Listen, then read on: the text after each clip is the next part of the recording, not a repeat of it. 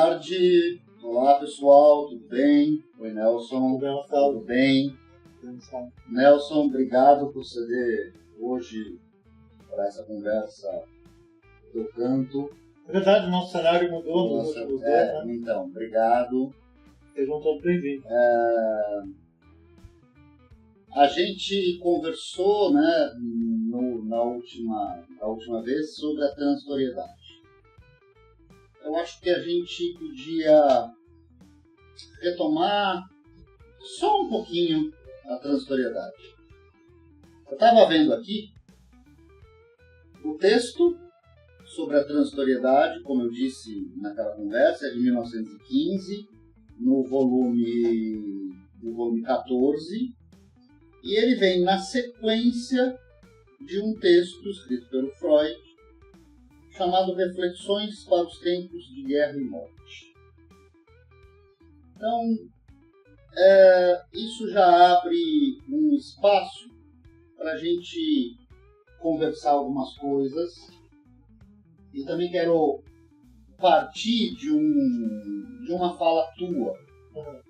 Que o Freud, nesse texto, é um Freud um pouco diferente, um Freud mais esperançoso, um Freud menos pessimista, como você disse. Né?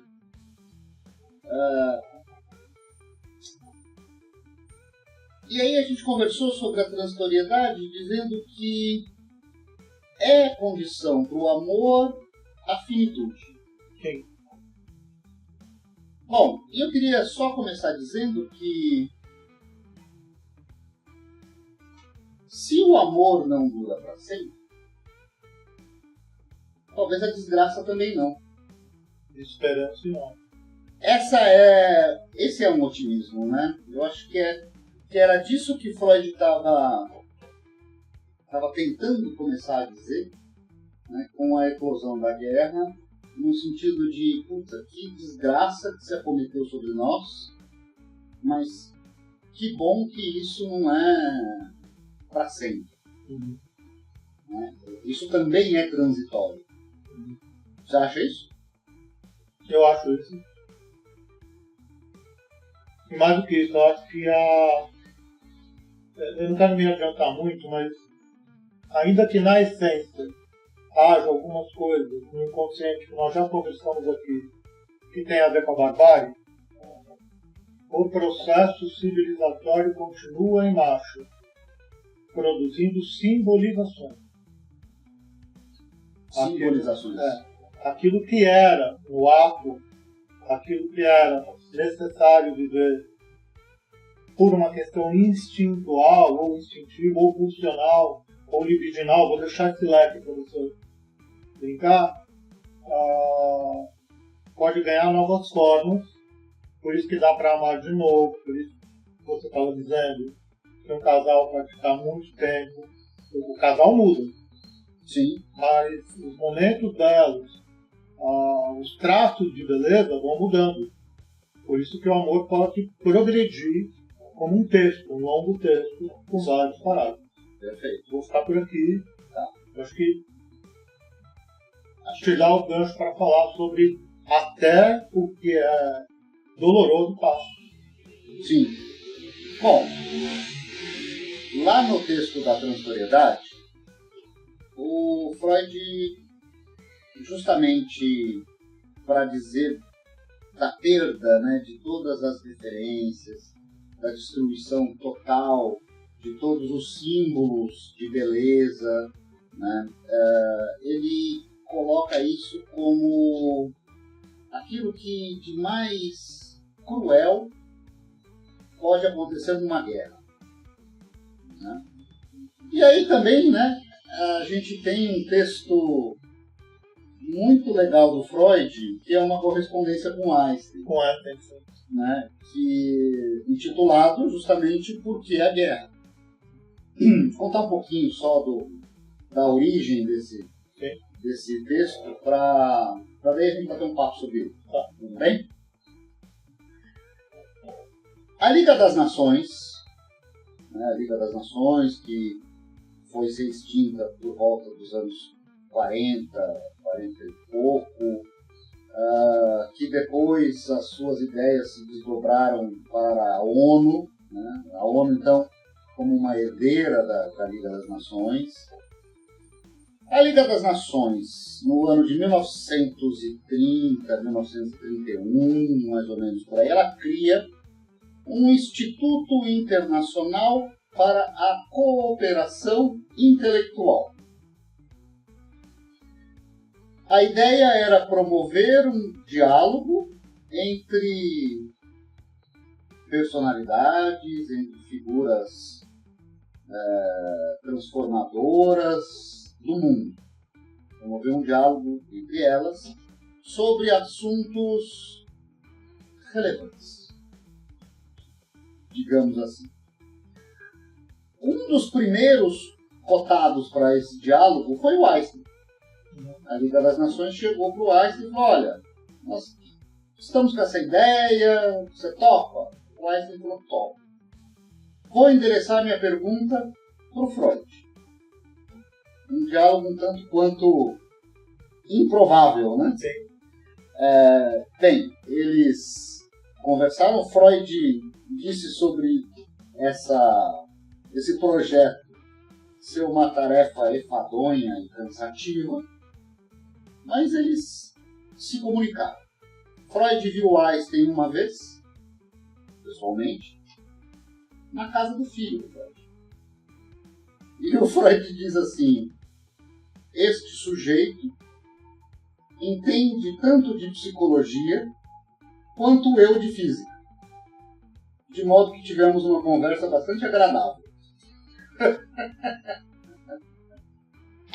Bom, aí o Einstein endereça, né? Ele escreve uma carta e endereça para o Freud. E a pergunta do Einstein, do Freud, é se existe alguma forma de levar, né, de retirar da humanidade uma ameaça de guerra. Sim. Né?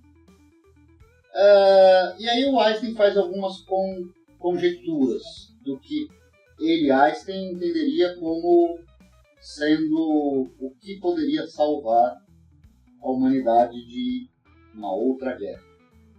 Né?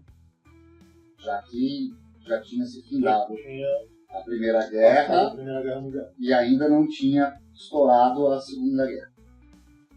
Bom,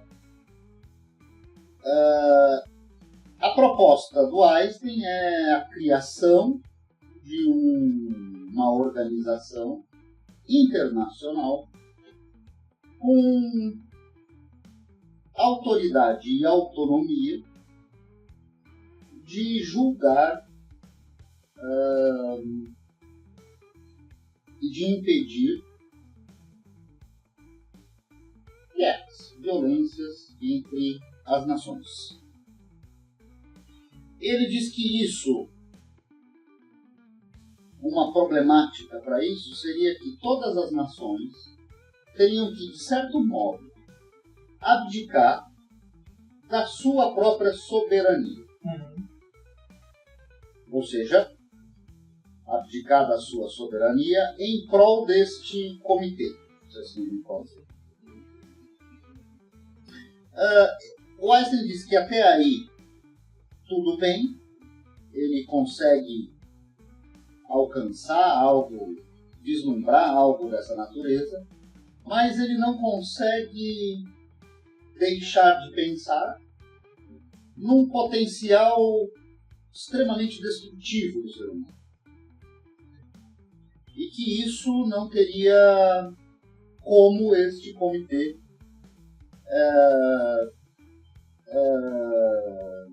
impedir.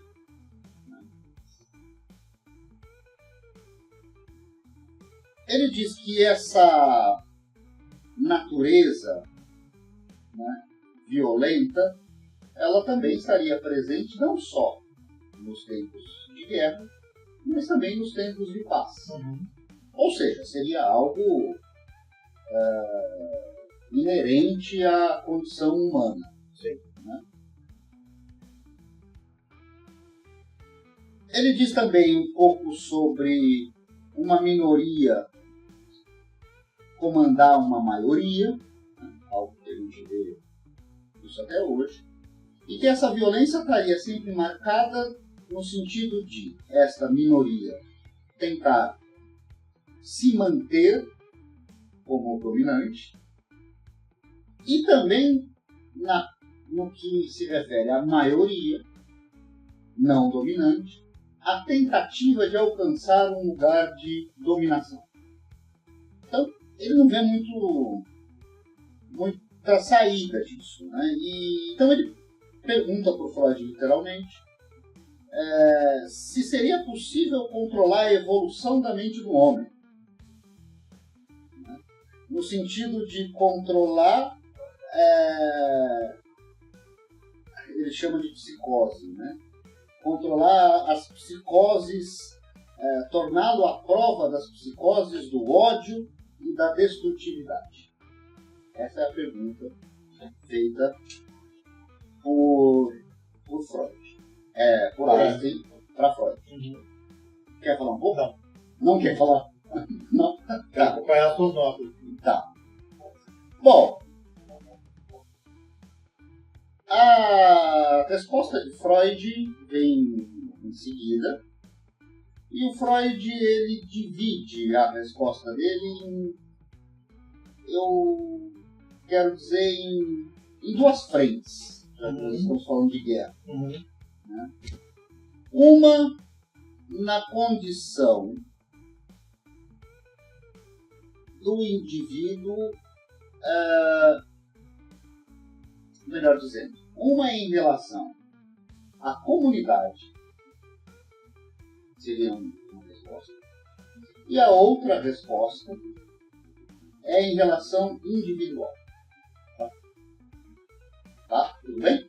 Tudo bem. Eu vou dizer porque que contemporaneamente tem uma terceira solução que os dois não conversaram, que eu trago para nós depois. Bom, tem uma terceira já dada por Freud, né? Que eu acho, Opa, então vamos. que eu acho espetacular. No final do texto ele se pergunta assim, na verdade ele pergunta para o Einstein, né? Mas por que somos tão aversivos à guerra? Será que essa não é a via de regra da humanidade? E a exceção seria a paz?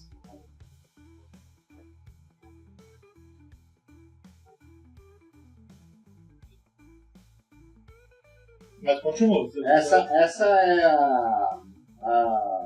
o final da É o final da resposta. a resposta do Freud. Bom, o que o Freud vai dizer é mais ou menos aquilo que já está sabido, nós já falamos sobre isso, que é a dominação primeira do indivíduo em relação à natureza. E a maneira como o indivíduo dominou a natureza e, portanto, como que este indivíduo se agrupou em torno do mais forte. Força física, Sim. força bruta, força física. Isso lá nos primórdios da condição humana. Que era a única coisa que sustentava o pai da horta como pai da horta. É a única coisa que sustentava o pai. A única coisa não. Um dos fortes. Não era a força? Não só a força. Não só a força. Também a admiração, também a sabedoria. Verdade. Sim, tá bom. Mas enfim, era em torno da força bruta. A partir do momento que o indivíduo começou a produzir utensílios de dominação, o mais forte deixou de ser, ou melhor, a força bruta deixou de ser a exclusividade da dominação. Sim. A intelectualidade passou também a ser um grande instrumento de dominação. A partir do momento que o homem inventou um guindaste, o mais fraco pôde levantar toneladas. Então ele dominou aquele com a força da força bruta. Bom, Só que essa intelectualidade também surgiu como mecanismo e formas não só de dominar e controlar a natureza, mas também de dominar e controlar os outros. Bom, aí nós temos, vamos dar um salto, o advento da descoberta das armas. Aí a dominação uniu a força com o intelecto. Ou seja, aquele que era capaz de desenvolver as armas mais poderosas, né, e que tivesse melhor domínio do manuseio dessas armas, dominaria. Bom, aí o Freud abre uma ideia que é a seguinte. Até aí, tudo bem, a história nos mostra isso. A própria Guerra Fria, que veio depois. Não, eu não estou pensando na história moderna. Eu estou pensando no Império Romano, Sim. Alexandre o Grande. Estou pensando lá para trás. Sim. Bom, mas aí surgiu uma questão. O que fazer com os dominados? O que fazer com aqueles que eram subjugados a uma nação vencedora? Bom, Freud diz: a melhor saída seria matá-los. Por que seria a melhor saída? Bom, primeiro, porque impediria uma nova... como que eu posso dizer isso? Inibiria uma nova tentativa de insurreição. Então, não tem o inimigo. E isso serviria também, essa matança desenfreada, a uma inibição para qualquer outros que tentassem se levantar contra o dominador. Bom, isso garantiria, o Freud vai dizer, uma acomodação territorial, né, melhor, mas também promoveria um exemplo para qualquer outro. Bom, então, matar seria a melhor saída, justamente porque aniquilaria todo o poder do derrotado, serviria de exemplo para qualquer outro que tentasse se levantar contra o soberano. E uma terceira vertente, que eu acho que isso que é importante para o Freud, garantiria uma satisfação instintual de matar. Bom, isso aconteceu em momentos históricos, né, as invasões mongóis, todas essas grandes guerras de massacre, anulação total do derrotado. Mas aí o ser humano, como é bastante criativo, ele resolveu que não era tão interessante fazer isso. Era interessante manter aquele povo derrotado como uma comunidade vassala que renderia honras e tributos ao que saísse dominante. Uma espécie de escravidão. Bom, e todas essas comunidades que seriam dominadas por essa grande potência, fariam parte deste império. Aí a gente chega em Roma, depois Alexandre o Grande, o império de todo o mundo conhecido. Bom, e Freud diz, seria bastante interessante se em torno desta ideia de um império houvesse paz. E aí tá tudo bem. Que o dominado fosse dominado e vivesse dominado e... ok. Tá me acompanhando? Tô. Bom, em torno... Aí tem uma outra coisa, né?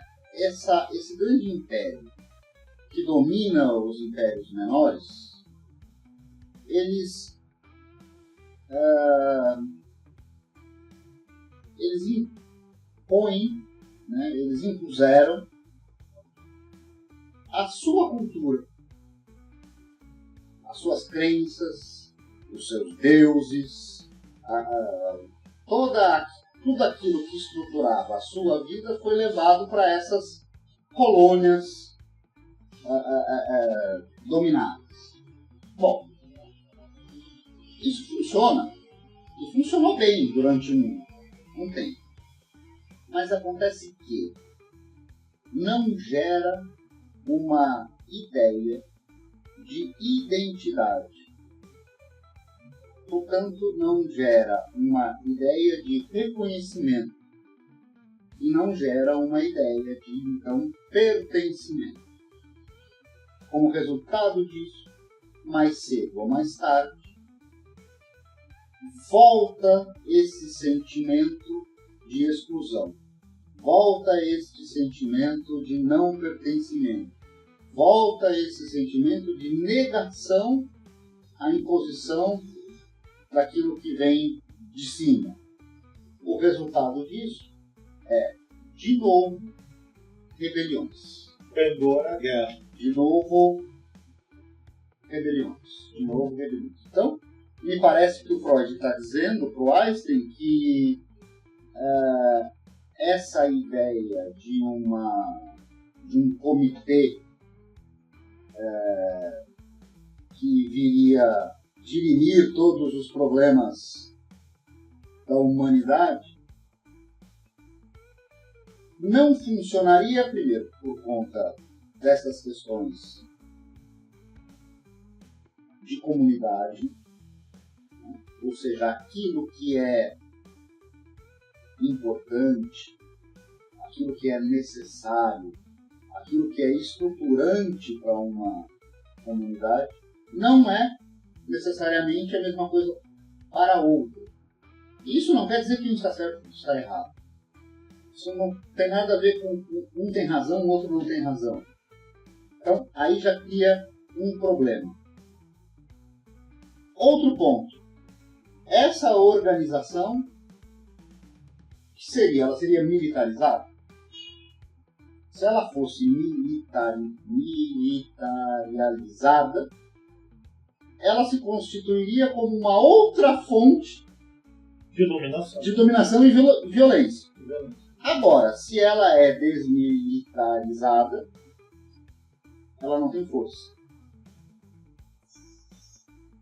Ela teria que recorrer a alguma nação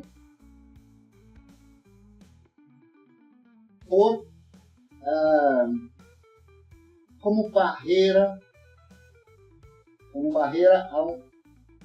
barrar a violência com violência. Onde você colocaria aí, se é que é possível ver na resposta do Freud pro Einstein, a diplomacia como solução?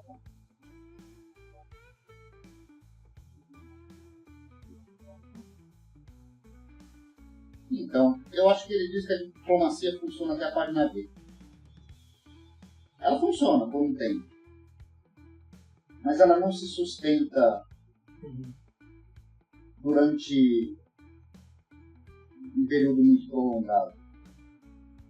Talvez ela não se sustente aí justamente por uma outra característica que eu acho que a gente tem que dizer depois, que é o que o próprio Einstein já verificado, de um instinto, de uma condição natural do homem, a guerra e a destruição.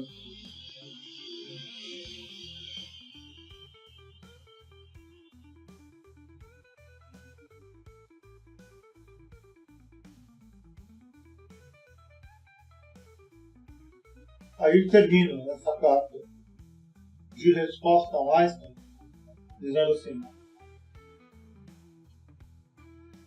e quanto tempo teremos de esperar até que o restante da humanidade também se torne pacifista, como ele e Einstein?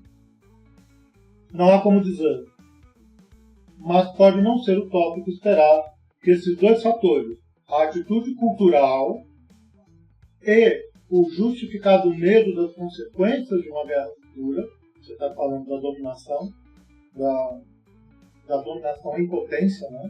Que tem um poder que pode ser deflagrado em qualquer momento. Que essas duas coisas venham a resultar dentro de um tempo previsível em que se ponha um término à ameaça de guerra. Por quais caminhos ou por que atalhos isso se realizará, não podemos adivinhar. Mas uma coisa podemos dizer: tudo o que estimula o crescimento da civilização trabalha simultaneamente contra a guerra.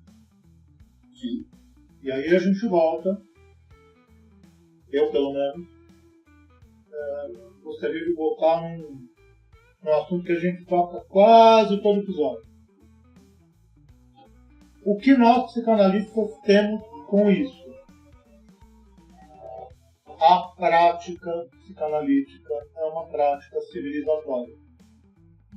O resultado de uma análise é a redução das passagens aos atos violentos. Contra si e contra o mundo. Contra si e contra o mundo. Pelo menos uma simbolização desses atos. Numa situação como essa, uma utopia, e como psicanalista eu gosto de manter, é que a diplomacia continua sendo uma alternativa a ser buscada, porque você tira do ato e coloca em palavras. Sim. Não sei se a gente pode deixar isso mais ou menos como um fechamento de uma conversa como essa, mas eu não acho que a civilização esteja nesse ponto ainda. Talvez nunca chegue.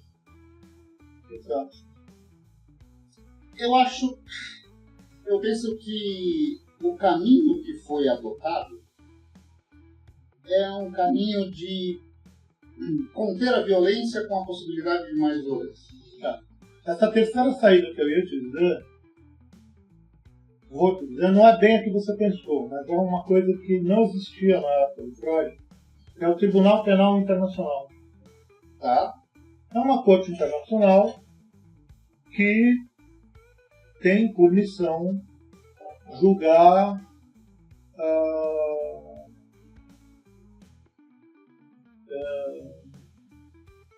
genocidas, e já andou atuando e já atua no mundo. E ela é